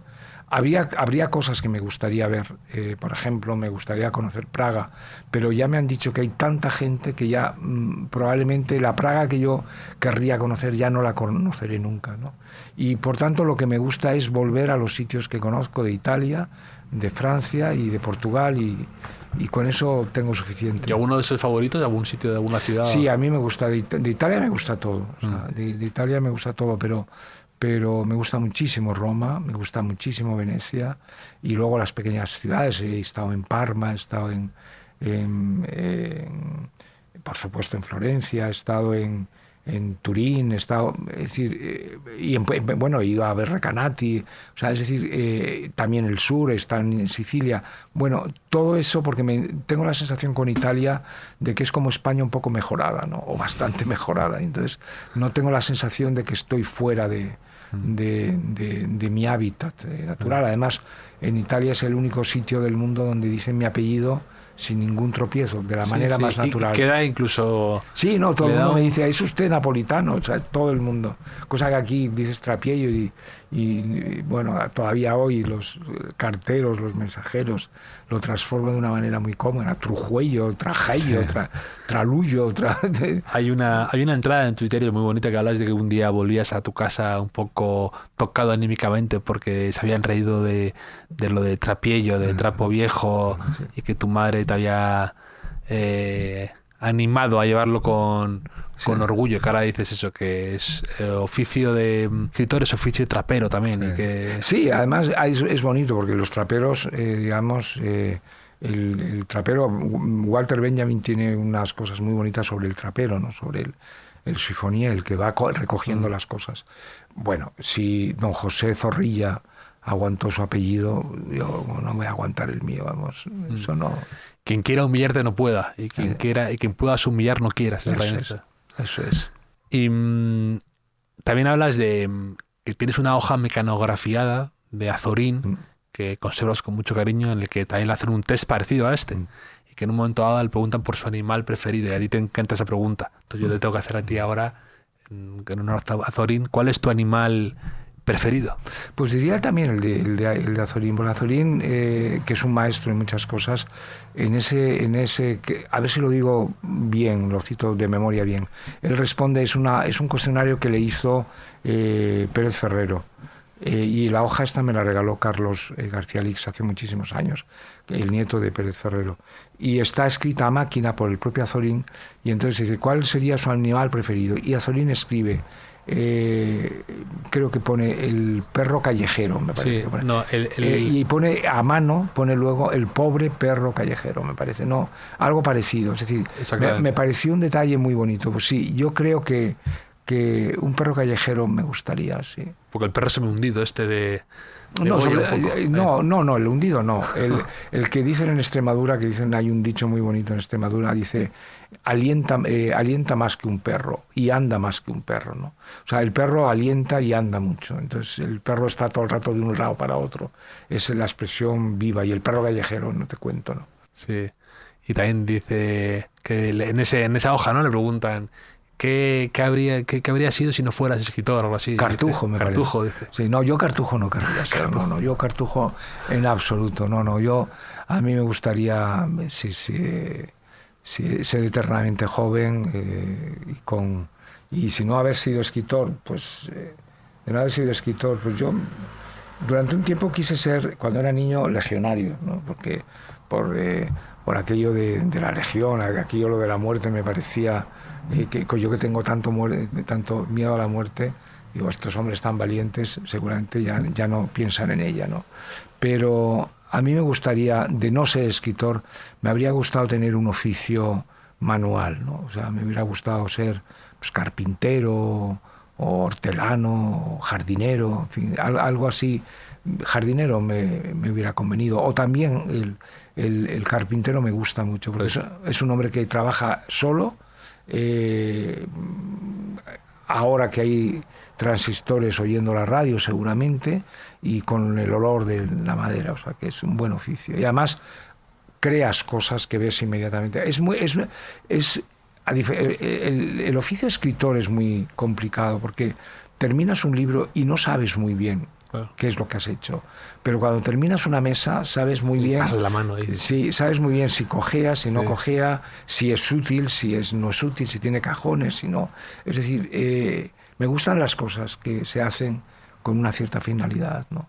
Sí, pero vamos, lo de jardinero, con esa escena que tú describes de que te tires a la piscina con ropa y todo, porque te entró como la savia, ¿no? de la pita, sí. Esto es no saber en el campo. Luego me dijo Manuel, que era el lagarero que nos atendía a nosotros, le dijo: fíjese usted lo que me pasó ayer con la motosierra, que estaba cortando las hojas de la pita, entonces la leche de la pita me dio, y me dijo: hombre, tenía que haberse sabido usted, porque eso es muy fuerte, esa leche es muy fuerte, y es la que se les daba a las mataduras, cuando tenían una matadura a las bestias, tenían una herida y tal, se la curaban con esa, que es una especie de, yo no sé, la bestia yo creo que les cocearía, porque es muy fuerte, es muy, muy ácida, ¿no? Y una charla que te haya impresionado de alguien, que hayas presenciado, que hayas visto, que te impresionara por su capacidad de oratoria, de contagiar, o de alguien que te haya gustado mucho. Pues fue una vez en casa de Carlos Pujol en Barcelona, el escritor. Había convocado también a un escritor leonés que vivía en Barcelona desde hacía 50 años, que era Ramón Carnicer. Ramón Carnicer era del Bierzo, en León, y es la persona a la que he oído hablar el castellano más bonito que he oído en mi vida, y contar las cosas comunes, cosas de una manera más increíbles. Éramos un grupo, pues no sé, como de 8 o 10 personas. Estuvimos como toda la tarde embobados, ¿no?, embelesados, oyéndole contar a este hombre con una voz modulada. Él había sido profesor de literatura, y es un escritor estupendo, es un escritor con unos libros magníficos. Tiene una guía de Extremadura muy buena, tiene otra guía de la Cabrera leonesa estupenda, y tiene algunas novelas y unas memorias muy bonitas, y hablaba maravillosamente. Y luego también, como he hablado muchas veces con Ramón Gaya, siempre me impresionaba, porque Ramón Gaya, que no era un elocuente, o sea, no era una persona, digamos, con un verbo florido, ni mucho menos, pero era un hombre que hablaba muy sosegadamente, con muchísimo cuidado en las palabras que escogía y de las cosas que contaba. Y realmente, y como tuvimos una amistad de más de 25 años, en 25 años le hemos escuchado cosas maravillosas. Luego los mayores, es decir, los viejos, es decir, la gente que tenía, cuando yo tenía 40 años, la edad que yo tengo ahora, oyéndoles contar cosas, un viejo, a poco que haya vivido, a poco que tenga un buen sentido, y si no es necio, pues realmente te encandila, porque son cosas además sobre las que piensas que van a desaparecer, y que te las está dando como envueltas en algo que es muy frágil. Además, el viejo, como decía Gaya, cuando te haces viejo, decía él, si no vas a peor, vas a mejor. Es decir, también es verdad que es al revés. Normalmente la gente que no va mejor va peor. Pero los viejos que nosotros hemos tratado iban todo eso a mejor, ¿no? O sea, estoy pensando pues en los Etacel, en Bergamín, en el propio Gaya, o en el caso de Carnicer, o no era tan viejo, era un poco mayor que nosotros, en el caso de Carlos Pujol. Digamos, a todos ellos les he escuchado cosas maravillosas, y sobre todo llenas de sabiduría y de enseñanzas, ¿no?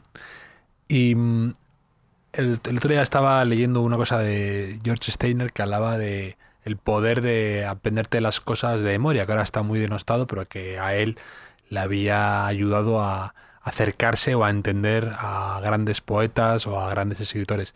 ¿Tú tienes un poema que siempre, de algún modo, viaje contigo, que tengas ya muy interiorizado y que te acompañe?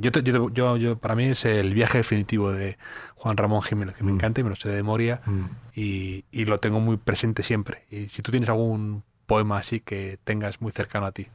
Ese es un poema, el que tú dices de Juan Ramón, en fin, que es maravilloso, que yo he leído en la muerte de mi suegra y ¿Ah, sí? en la iglesia. Bueno, es un poema estremecedor. Yo soy bastante más vitalista. Hay un poema que me gusta mucho de Leopardi, que es El sábado en la aldea, ¿no? Que es un poema muy vitalista. Y es un poema extenso, no me lo conozco de memoria, pero el espíritu de lo que representa es muy hermoso. El infinito también lo recuerdo mucho. Hay poemas, por ejemplo, el poema El poeta de Keats es un poema maravilloso, eso de que el poeta es el que lo mismo trata al rey que al clan de los mendigos, ¿no? El que le llega el grito del tigre, le llega articulado ya al oído, ¿sabes? Es decir, lo que es el poeta. Pero antes, si como esto lo montas luego, decías de personas a las que he oído, digamos, cosas memorables, son muy poco mayores que yo, ¿no? Azúa o Sabater. Cuando ellos son muy amigos desde hace 50 años y han hecho prácticamente toda la vida juntos. Cuando en los últimos, sobre todo estos últimos 10, 15 años, hemos coincidido bastantes veces en comidas, en almuerzos, y ellos dos hay una conjunción con otra persona, con Alberto Te lo puedo buscar, González Troyano, perdón. O sea, es que son tres, o sea, es decir, Azúa, Sabater y González Troyano, que son del mismo tiempo, amigos de hace 50 años como mínimo, y se ponen de pronto en esos momentos a contar cosas del pasado, un pasado que por otro lado podía haber sido el mío, que no fue el mío.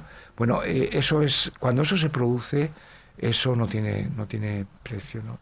Y en cuanto a lo de los poemas, pues sí, los poemas hay algunos, o sea, que viajan, de Machado viajan algunos, de Unamuno viajan. Hay un poema de Unamuno que está contando como una noche vieja está escribiendo un poema y piensa que se va a morir y está convencido que se va a morir y dice, pero bueno, por fin le llaman a cenar y sale de esa especie de ensoñación un poco trágica. Me gustan los poemas y bueno, y Juan Ramón es que me gusta, como sabes, todo realmente, pero porque Juan Ramón vive en poeta desde que se levanta hasta que se acuesta, es decir, él realmente era la poesía encarnada, ¿no? Pero no una poesía de Torre de Marfil, ¿no? Acaba de publicarse La guerra en España, un tomo de 1000 páginas, como no tiene ningún intelectual español de ese momento, es decir, o sea, que es un hombre comprometido con la realidad y de qué modo, ¿no?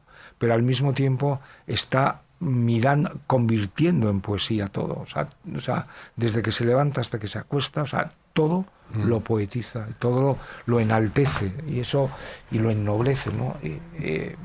Y no tenía reparos en eso que hacía de cambiar las Gs por Js. Bueno, eso era más bien anecdótico. Bueno, estaba muy fundamentado, ¿no? Pero porque él además decía, yo compré por él el diccionario, es verdad, no me acuerdo de quién es un diccionario de 1850, muy buen diccionario, por otro lado, en 2 tomos, enormes, tamaño infolio, donde no distinguen entre la G y la J, y donde no distinguen muchas veces entre X y S. Bueno, eso era anecdótico, pero anecdótico en su caso. Lo que importa en Juan Ramón es la libertad con la que no solamente ortografía sus escritos, sino la libertad con la que mira la realidad, ¿no? Que no hay nada que desmerezca el aliento poético, ¿no? Tanto si es una cosa íntima, personal, como si es un insecto, como si es una ensoñación. ¿Y un olor favorito que tengas? ¿Algo? Me gusta mucho el olor de los nardos. Sí, yo... De hecho, mira, compro muchas veces un ambientador que es precisamente de nardos. Me gusta mucho. Sí, de todos modos es muy difícil elegir entre olores, ¿no? O sea, porque yo de olores... o sea, yo creo que ningún olor es superable al de la rosa cuando la rosa es fina, ¿no? Pero en esto de olores ahí yo tengo 5 o 6. O sea, la rosa es uno, el nardo es otro, el jazmín es otro, la azucena es otro. O sea, y me gusta mucho el olor, el primer olor en primavera en el campo de las flores silvestres que huelen a polen. Es decir, que es una especie de olor industrial, porque ves a todas las abejas, el zumbido de las abejas trabajando el polen, y esa especie de olor a polen que es una mezcla entre miel, cera, jalea real. En fin, hay muchos. Yo de los olores sí les doy mucha importancia. Y el otro día escribí, de hecho, que lo de la polinización es un asunto que estudias con 12 años en el colegio y que no das mucha importancia, y de repente un día con 30 y pico es una idea, es un proceso increíble y mágico. De repente te estalla en la cabeza eso. Es muy bonito en el campo cuando estás, además ahora, pues todo el verano, ¿no? Hasta que en primavera y tal, y el ver el laboreo de las abejas, como diría Azorín, la labra de las ovejas, de las abejas es muy bonito, porque además tiene ese lado invitación al sueño, que en estos días así ya de verano, el sesteo, que te quedas medio dormido entre las...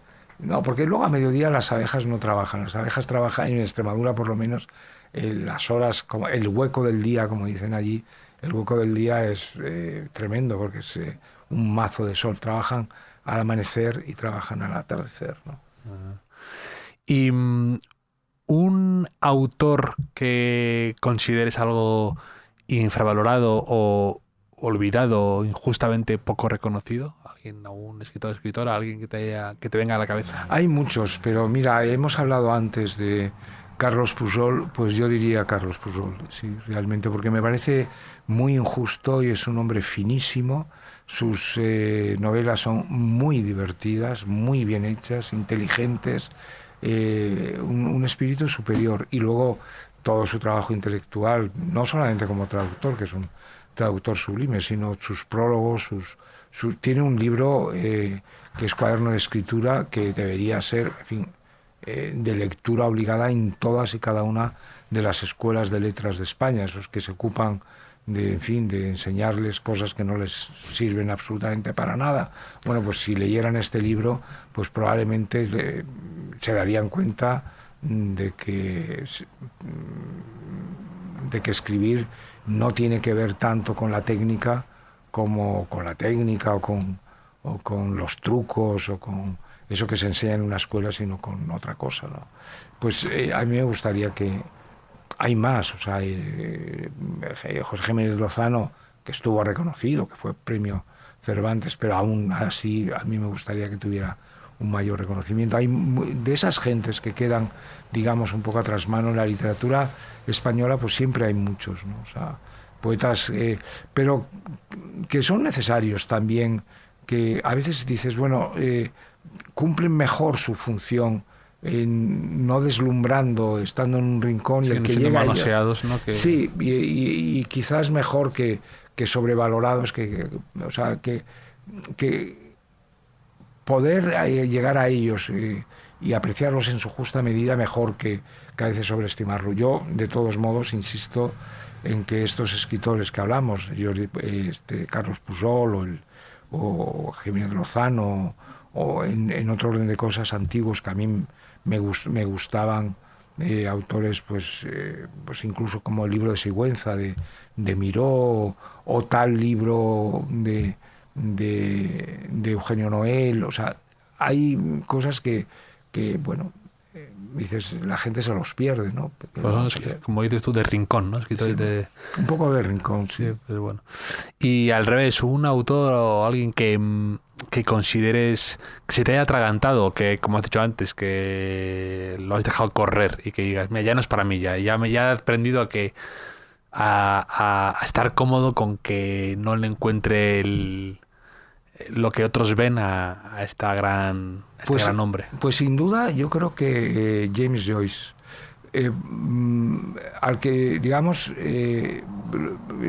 mi editora Alice Deón, que tradujo también algunos de mis libros, ella es franco-irlandesa, digamos. Ella es francesa, pero toda su infancia y toda su juventud primera la pasó en Irlanda, y por tanto es una mujer bilingüe. Entonces siempre me dice, no te puedes imaginar lo divertido que es James Joyce en inglés, el humor que tiene. Bueno, es que yo ese humor, cuando lo he leído traducido, realmente a mí se me ha escapado. Entonces siento muchísimo que algo que es, porque de Alice Deón, de mi traductora, me fío muchísimo, porque tiene muy buen gusto para la literatura. Y bueno, pues yo realmente eso siento que se me haya escapado, ¿no? O sea, es decir, que sea un autor que realmente tampoco pasa nada, ¿eh? O sea, pero me ha quedado la curiosidad, porque luego he visto que yo he leído traducido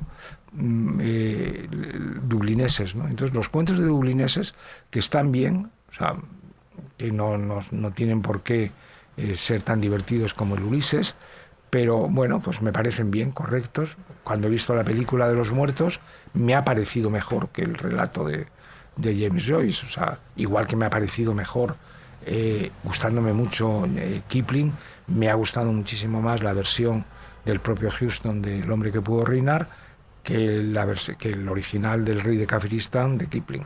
Es decir, que yo hay cosas, sobre todo en autores que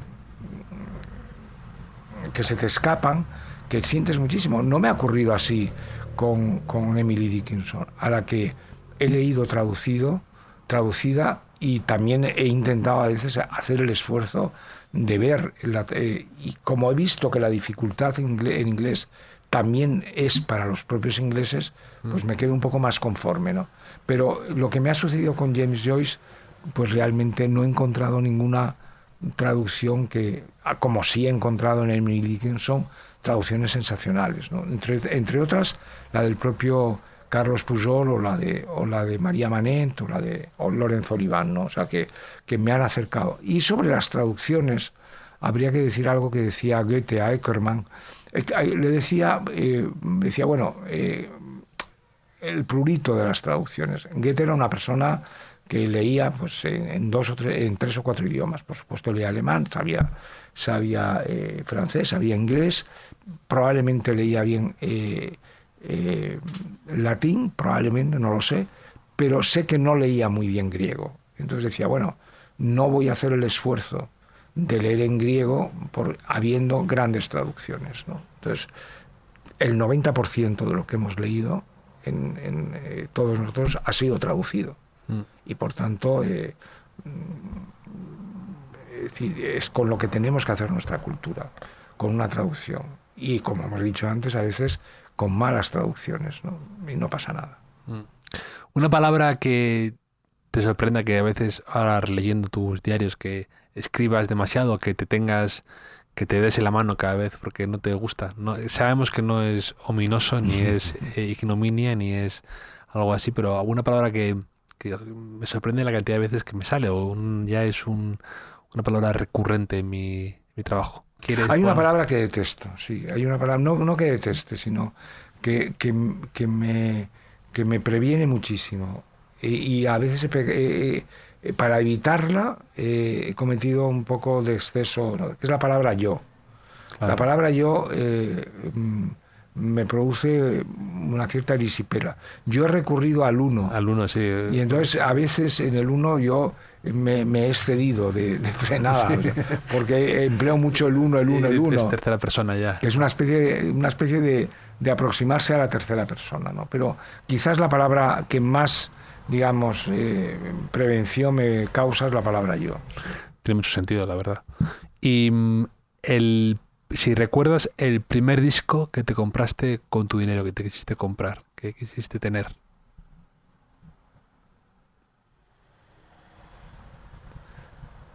Pues sí, probablemente fuera uno de Victoria, o sea, porque, bueno, hay que decir que hay que decir que yo estuve interno hasta los 16 años, 17 años.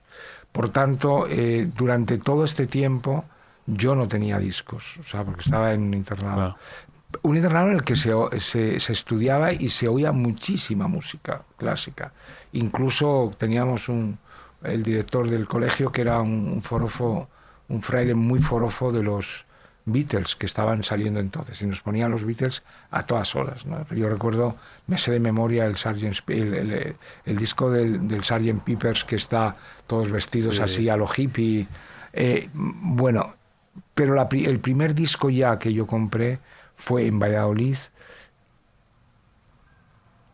o en Madrid, porque yo en Valladolid no tenía todavía tocadiscos. Pues mira, quizás fuera uno de Victoria de los Ángeles, no sé si las Baquianas, o uno de los cuartetos de Dvořák, o la música de cámara de Dvořák, uno de estos dos. Y antes has hablado de películas, que no es habitual, un escritor que diga que películas mejoraban la obra original. También una película que quisiste ver 2 veces, que quisiste volver al cine a entender o a indagar, o que querías volver a entrar o volverla a ver porque te había deslumbrado, o al menos incluso a lo mejor no la has entendido y quieres volver a verla. Bueno, yo he visto películas repetidas en el cine, que recuerden una reciente, una sobre Hannah Arendt, que la he visto como 2 o 3 veces de manera casual. Una vez la vi yo, otra vez acompañando a alguien más y otra vez quizás en la televisión. Pero yo he visto muchas veces, soy de ver películas repetidamente. En mi casa durante muchísimos años hemos visto todos los años, como mínimo una vez, El hombre que pudo reinar desde que eran niños. Y ahora, pues cuando ya son mayores, nos gusta verla para recordar cómo éramos cuando éramos niños. Los muertos la he visto muchas veces también, pero muchas. O sea, no soy una persona, además, como no tengo memoria cinematográfica, yo probablemente soy la persona que más cine malo ha visto en España, ¿no? Porque como no me acuerdo de nada, yo cada noche vemos una película. Cuando ya estoy cansado de escribir y de trabajar, vemos todas las noches desde hace 30 años una película, todas las noches. Y como no tengo memoria, pues zapeamos en la tele o escogimos y decimos esta no suena bien. Y entonces y malísima la película, y solamente me acuerdo de que ya la había visto en los 5 últimos minutos. Y pero si esta ya la había visto, bueno. Pero también me ocurre, eso tiene la parte buena con las películas buenas, que no te acuerdas. El hombre que mató a Liberty Balance, por ejemplo, ¿no? Que es un clásico, o La diligencia, o muchas otras, ¿no? Como no te acuerdas, realmente las ves por primera vez exactamente igual. He visto mucho Fellini repetido también, he visto mucho italiano, mucho cine italiano he visto también. Y luego una de las cosas que, digamos, que me sirvieron más para el libro de Madrid fue que me vi como, pues, no sé, 150, 200 películas sobre Madrid, ¿no? Y ahí vi cosas maravillosas, ¿no? Y cosas que conocía unas, otras que no conocía, y fue, digamos, de todos los 4 o 5 años que duró el trabajo de Madrid, bueno, fue... Es un exitazo de libro, la verdad. ¿Y cuáles tus películas favoritas de Madrid? Mencionas varias, mencionas al final, como más reciente, de tu amigo Jonás Trueba, La Virgen de Agosto. La Virgen de Agosto. Pero que está haciendo cosas muy interesantes ahora con Fractal, precisamente, con miniaturas, ¿no? De películas muy bonitas. Hoy ha hecho una cosa maravillosa, que es una especie de poema sobre el fractal, filmado, hecho por él con su cámara pequeñita o su móvil, no sé cómo lo ha hecho. Y recoge. Él lee desde hace muchos años los diarios, los conoce muy bien. Pues de Madrid hay, bueno, está Surcos, es dura. Es muy dura, es un poquito, además es anterior a Rocco y sus hermanos. Hay una que es, yo esa creo que me habló de ella Jonás, la del organillero, que es un 20 minutos, que es un organillero que viene de las afueras del Arrabal a Madrid, hay una de Martín Patino que también es muy bonita, sobre todo el principio, luego se ideologiza mucho y en fin baja mucho. Luego de las de Berlanga hay 2 o 3, de Almodóvar hay 1 o 2 también para ese momento.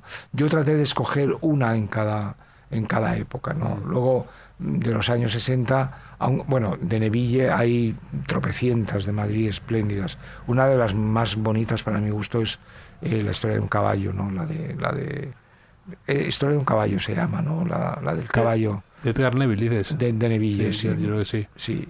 Y bueno, y luego hay en el cine de los años 60 y 70, aunque no sea un buen cine, o sea, porque son a veces muy frívolas, sí. y todo, pero el Madrid que da es muy bonito. Sobre todo ya empieza a ser el Madrid en Technicolor. A mí me impresiona muchísimo eso. Cuando veo de repente una película y sale algo de exteriores de Madrid, la película más... Te hablo de una película de Manolo Summers, de Hombres G, y sale la zona de Azca, y me impresiona mucho. Claro, por ejemplo, toda esa zona que estaba todavía desarrollándose, claro.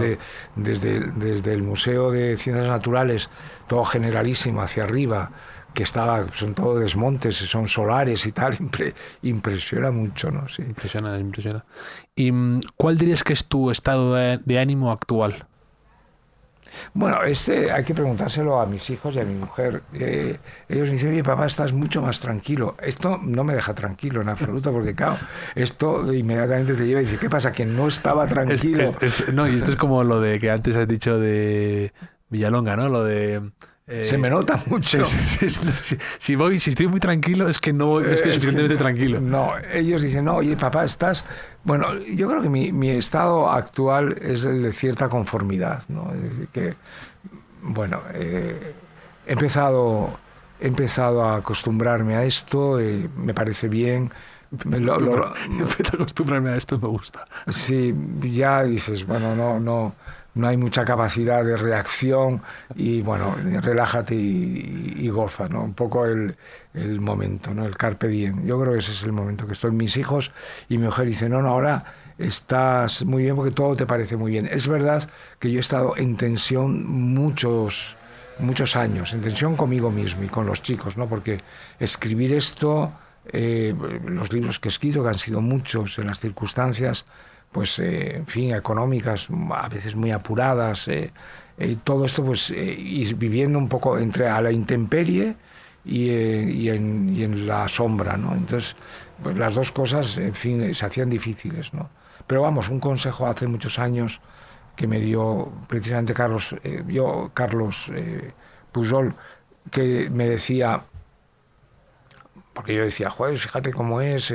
el ruido en la casa, los niños eran muy pequeños, 4 o 5 años, uno, el otro 8, no puedo escribir. Y entonces me dijo, mira, si te vas a quejar de que no puedes escribir por tus hijos, deja de escribir, porque realmente eso es una excusa. O sea, el escritor escribe con todas las dificultades, o sea, y no oye el ruido. O sea, por eso Verlaine puede escribir los poemas tan bonitos sobre la lluvia, el otoño, el silencio en un café ruidoso de París, de Montparnasse, porque realmente cuando se pone a escribir se aísla de todo, ¿no? Entonces yo creo que el señor que de pronto solo oye ruidos y se empieza a neurotizar que con los ruidos, con la casa, con las circunstancias adversas, etcétera.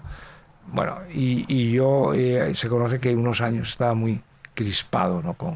con todo eso y mis hijos notan que ahora estoy muy tranquilo, que todo me parece bien, que bueno, que... Eso es la conformidad. Pero es verdad que a veces más el silencio total nunca lo vas a encontrar, porque si te vas a una casa, a un retiro, no sé qué, te va a molestar el vecino con la motosierra o el ruido de... No, tú mismo. O un mosquito, te vas a conseguir neurotizar, como tú dices, con lo más... No, y bueno, en la casa del campo, ¿no? Está en las viñas, o sea, y estoy harto ya. Llegar a mi casa a las viñas es de entregarme en cuerpo y alma a los trabajos viles y serviles que decían y estoy de trabajos serviles todo el día ocupado, que si motores, motosierras, pozos, luz que se va, en fin, el vecino que viene diciendo se te han escapado los perros y me van a matar las ovejas, o sea, en fin. Y tú ibas a escribir la gran obra y no puedes. Bueno, pues aprendiste. también hay que hacerla allí en esas circunstancias, ¿sí? Sí. ¿Una posesión preciada que guardes con mucho cariño? Algo material, pero que a lo mejor desde fuera no parezca que tenga un valor tan importante, pero para ti lo tenga. Bueno, es curioso, tengo un papelito de mi madre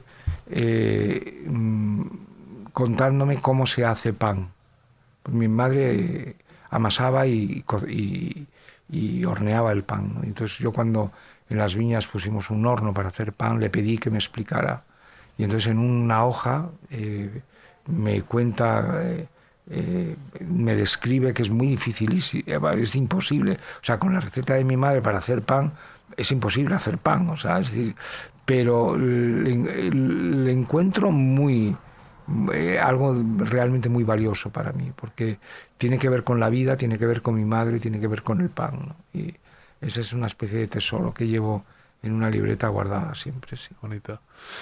¿Hubo un punto de inflexión en tu vida, algún momento que cambiara, que una decisión que tomaras que notas ahora que cambió el rumbo de tu devenir o de tu carrera o de tu vida? Bueno, el día que conocí a Miriam, sí, el día que nos conocimos, eso cambió mi vida por completo. Además yo sabía que ese era un punto de inflexión. Ella no. Ella lo supo un poco después, pero el que se dio cuenta fui yo, sí. ¿Y cómo os conocisteis, si puedo preguntar? Sí, nos conocimos, nos presentó una chica que tenía un programa que hace años era famosa, se llamaba Paloma Chamorro, con grupos de rock y de arte, etcétera. Yo conocí a Paloma nada más llegar a Madrid. Yo tenía 22 años cuando llegué. Conocí a Miriam, yo creo que debía tener 22, 23 años, ¿no? Pero luego conocí a Miriam más en televisión española, porque yo trabajaba con Paloma y Miriam trabajaba en un programa que se llamaba Fondo y me encargó unas cosas, una especie de dosieres sobre alguno que iba a entrevistar, Soler Serrano, que era el periodista que hacía aquello. Y a partir de, bueno, pues nuestros despachos estaban juntos, o sea, muy, muy cerca, y un día quedamos a comer y hasta hoy. Lo que ha dado el ente público, ¿eh? Sí, bueno, realmente, porque inmediatamente, además todo parece que estaba bien orquestado, porque en cuanto la conocí, al poco tiempo me echaron de la tele. Entonces ella siguió 35 años más o 30 años más y a mí me echaron. Yo he tenido muchísima suerte en la vida, porque las decisiones importantes en mi vida las han tomado otros por mí y han tenido siempre que ver con expulsiones. Yo he crecido justamente porque me han echado. Me echó mi padre, si no yo me hubiera... O sea, me echó mi padre de casa. Es verdad, eso lo cuentas. Eso. Sí, bueno, me echaron del internado, me echó del noviciado, me echó mi padre de casa, me echaron del Partido Comunista, me echaron del primer trabajo que tuve en Madrid de redactor en una revista, me echaron de la tele y hasta ahí. Y bueno, y luego sí me han echado más de algunos sitios, de algunos trabajos, y siempre ha sido una suerte, o sea, siempre ha sido para mejor. El empujón que necesitabas. Sí, porque yo soy una persona bastante convencional, no me gustan, a pesar de seguramente la fama que tengo, de ser un hombre enérgico, que toma decisiones por sí mismo, que se pone el mundo por montera, pero al final... la confrontación. No me gusta, realmente no me gusta. Si me veo abocado, pues intento resolverla, o sea, cobarde creo que no soy. Uh-huh. Y nada, para terminar, un lema que tengas presente en tu vida, tú que eres muy de aforismos y que has compartido muchos en tus diarios y tus libros, y yo he aprendido mucho de ellos y me han servido bastante. Entonces, un lema que quieras compartir con los oyentes, con la gente que te escucha y mucha que te admira.